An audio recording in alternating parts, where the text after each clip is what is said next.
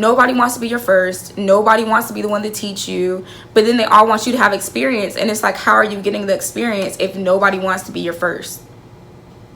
Literally. I get a cash and I flip it, yeah. I get a cash and I flip it. So hello to all of my cherry bombs. I am happily back in North Carolina, you guys. I will be telling you all about why I decided to come back in a later video, but this video is about something totally different from all of my other videos, but I just feel like it's needed because I get so many questions as somebody who has been doing nightlife and bartending and stuff for a while. I get so many questions about how to become a bartender, what do I need to say to bartend, and I just feel like a video is needed that tells you the truth behind bartending, how to get on bartending, the certifications needed, all that stuff. I just feel like people don't be really telling how to really start bartending. So I am about to give you guys the tea, and I hope this is helpful. If you are new to my channel, please go ahead and hit the subscribe button. Give this video a thumbs up so more people can find my content, because that'd be awesome. And then also turn on your post notifications, because I am very sporadic. I post whenever the hell I feel like it, and yeah, you're gonna need your notifications on if you want to be a part of my little cherry bomb crew. Otherwise, you will be lost in the sauce. So I am about to tell you guys these secrets behind becoming a bartender. And before I even get started, okay, you guys, let's talk about my little Flintstone like high pony look right now. I actually was trying to get this ponytail.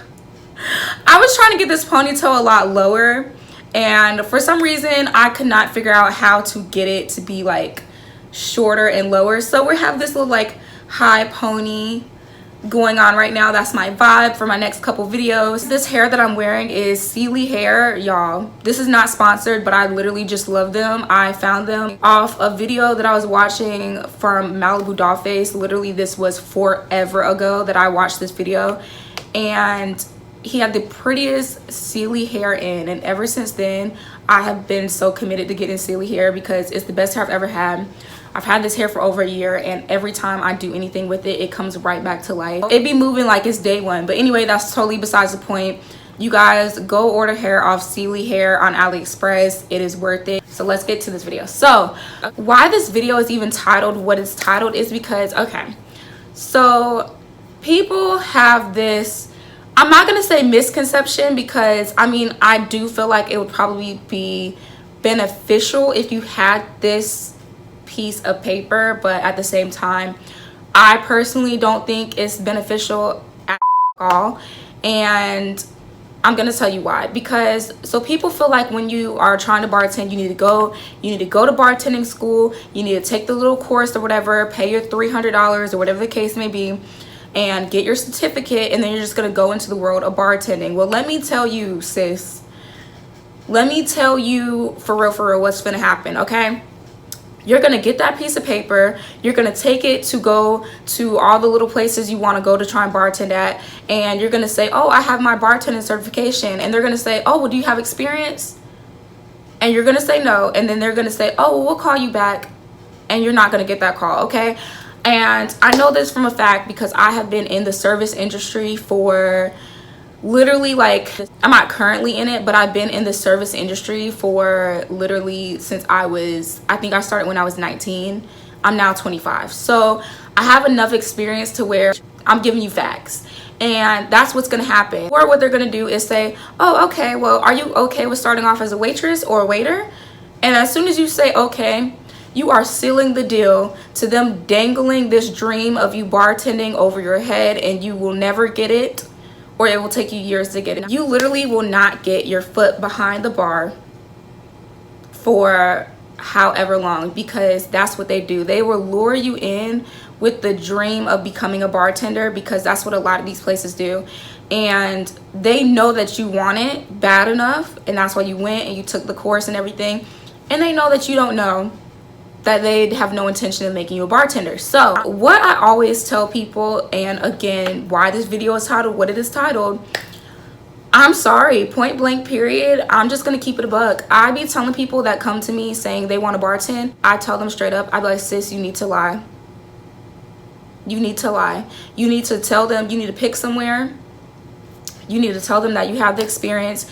And I would not recommend this for most jobs, honestly. Like, I'm not saying go into these jobs lying, but I'm also not saying don't act like y'all don't be going into these jobs lying sometimes. But what I'm saying is, with bartending, because they're so heavily focused on experience and because nobody wants to be your first, I'm just saying what everybody's been saying, but they just haven't said it on a public platform. That's all I'm doing for y'all.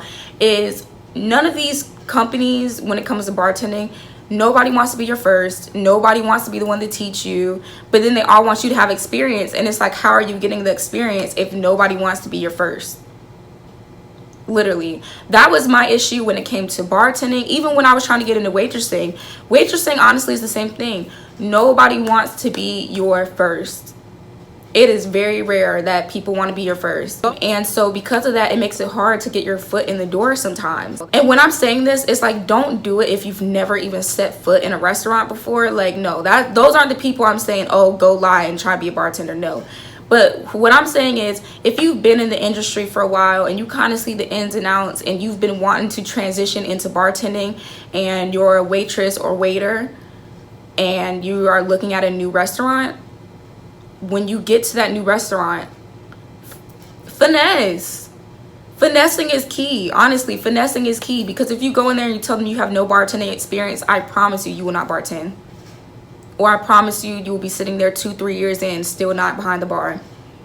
And I also know that because a lot of the time, if it's a good venue, if it's a good bar, whatever, they rarely hire, because the bartenders, when you find somewhere where you're making good money, you're not going to quit. So the bartenders never quit. And every once in a while, life happens, a bartender gets pregnant or relocates and moves, then they might be like, oh, okay, we need another bartender. Even in that case, a lot of the time, they swear that they like to hire within the company, whatever company it is. That's not what they be doing. They go and they find somebody who's an experienced bartender and they'll bring them on. And this is why you don't need to go into these jobs and say that you don't have any bartending experience.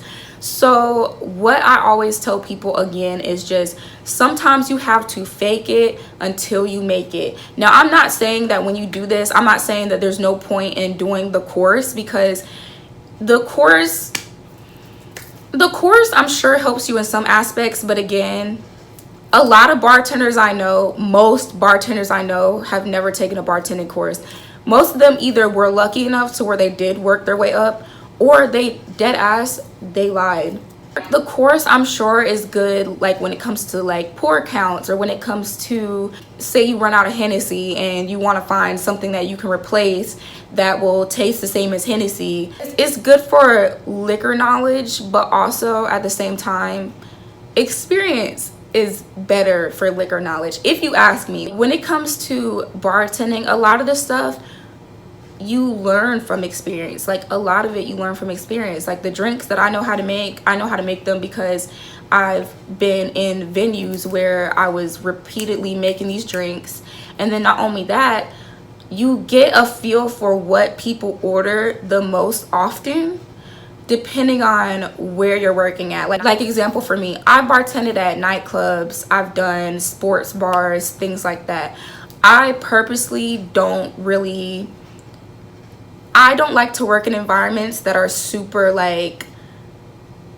uptight. So I more so go for venues like those, because I don't like super uptight spaces. Like, I don't want them trying to control every aspect of how I look, which is why if I'm going to look somewhere to bartend, I'm a lot less likely than the next person. Actually, literally, there's no chance that I would try to go work at a 5-star world-renowned restaurant, because at those restaurants, they're going to want you to look a certain way, and that look ain't this. But also, what I do learn from working at these places is that if you're working at like sports bar, nightclub type thing, and also depending on the age of the crowd, you're going to be serving a lot more Blue Hawaiians or Blue Motorcycle, Long Island iced teas, anything that you can put with Coke, Henny and Coke, Crown and Coke, Douce and Coke, anything you can put with Coke, or you're going to be serving a lot of like tequila shots, or it's just not going to be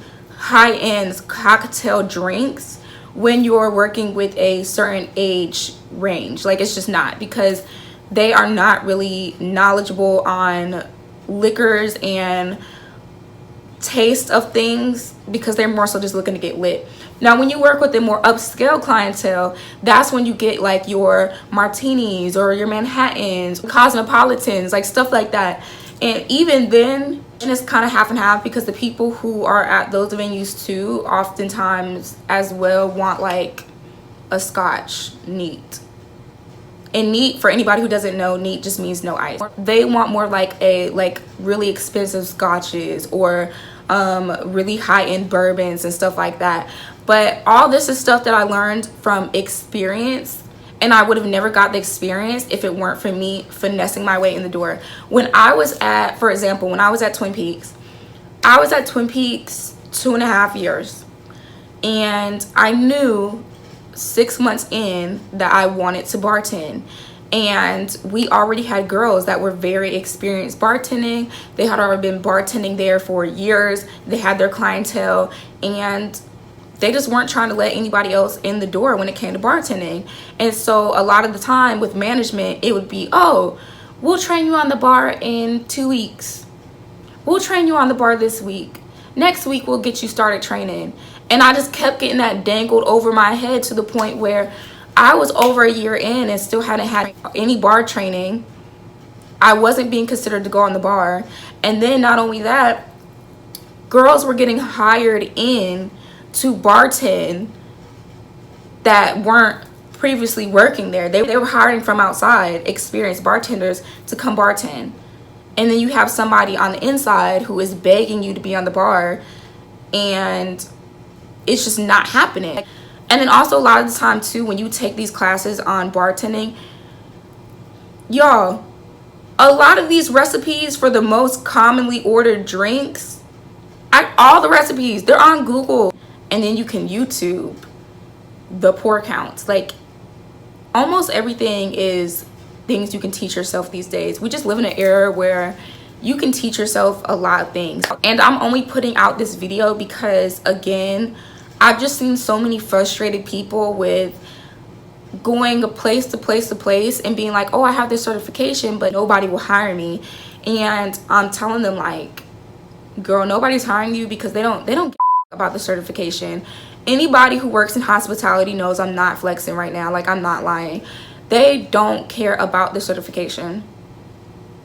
They might care about the certification if you go somewhere super high end, but even then, even they don't be caring, because they just want the experience. If you go to a 5-star restaurant and you've been bartending for 6 years, they're a lot likely to tell you yes. They're way more likely to tell you yes than the person who's been bartending for 6 months and has their certification. They're gonna pick you even if you don't have the certification, because you have the experience. You have the experience, you know how to read the clientele, you know how to make the drinks, you know replacements for drinks. Like, if you run out of something, you know what's gonna taste almost the same that you can use to make that same drink. You know all that. And that's who they're looking for. So all in all, you guys, just know that if you are looking for bartending positions, I'm just keeping it a buck with you.